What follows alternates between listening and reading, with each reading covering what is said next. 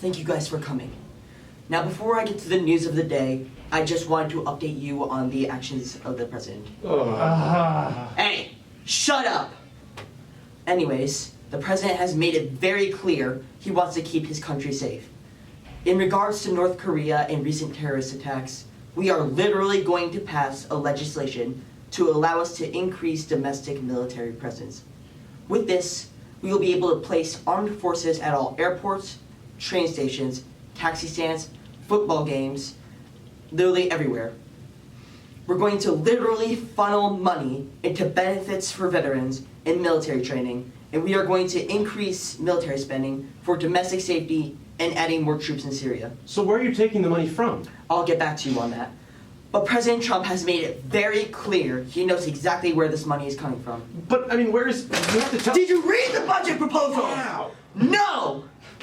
We need this budget to pass because these terrorists are worse than Hitler. Doesn't the Post-Incomitatus Act of 1878, which limits the power of the federal government in using federal military personnel to enforce domestic policies within the United States, make it so you need to get it passed by Congress? That's what we're doing, moron! It's very clear that Trump will get Congress's approval for his phenomenal plan. We're going to make America safe again. But Mr. Spicer... Sean, come on. Sean, what about Sean? Our safety is at stake. Radical Islamic terrorism is gripping the globe, and America is next. Recent attacks on the West threaten our ability to live freely and without fear. By voting for the Safe Again Act, our boys will be able to take action against the terror jihad on America, protect the United States from the domination by the Muslim Brotherhood of our soil. Call your representatives to ensure that your voice is heard and America's safety is preserved.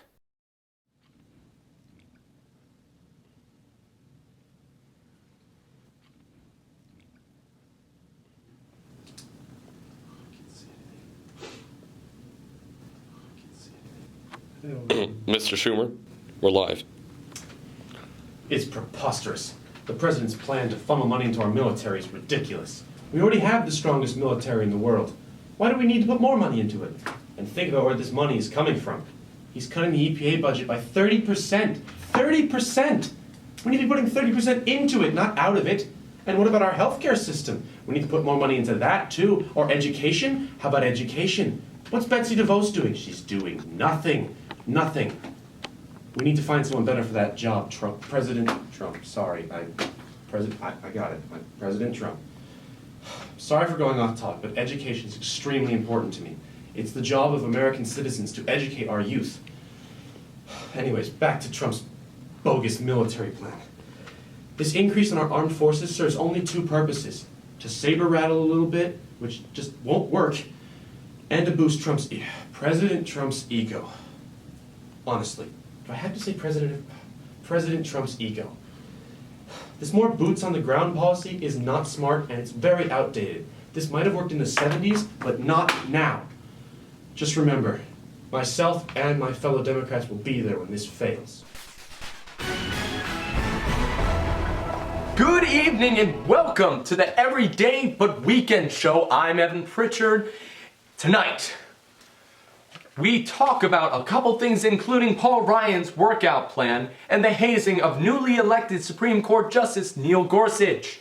But first, let's take a look at President Trump's disastrous military budget proposal. Sean Spicer, in between his yelling and screaming today, announced Trump's budget plan to push most of American tax dollars into the military budget. When a reporter asked him where that money was coming from, Spicy Spicer promptly threw a water bottle at the individual. But that does leave the American public wondering, where is that money coming from? We have already heard rumors of Trump cutting the National Endowment of the Arts and Meals on Wheels. And big programs like that do take up a lot of money, right? We know that it's hard for the president to understand all these big numbers. That's why we took it upon ourselves here at the Everyday Except for Weekend show to help the president understand all these big numbers and even add in a few bright colors. Now imagine one M&M. That M&M represents $1 billion of the proposed budget. The military is about $600 billion already. represented by these 600 M&Ms. As you can see, we've taken out the brown ones to make the president feel more comfortable. Now, the Meals on Wheels program is about $3 billion, represented by these 3 M&Ms.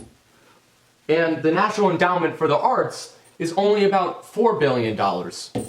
Even if you add in these 2 programs to the military, it doesn't make that much of a difference. You're really just hurting the Americans who need these programs. Now, think back to the summer of 2016 where a frog on a unicycle and Bill Clinton playing with balloons were blowing up the internet. Look at him. He's happier than he was when he first discovered Tinder. After the Democratic National Convention, Trump was extremely disrespectful to the members of a Gold Star family. Trump doesn't respect those who served or their families. If you really want to make America great again, sir, respect those around you. Now, on to Paul Ryan's workout plan. It's the end of the world as we know it. It's the end of the world. Did you read the budget proposal?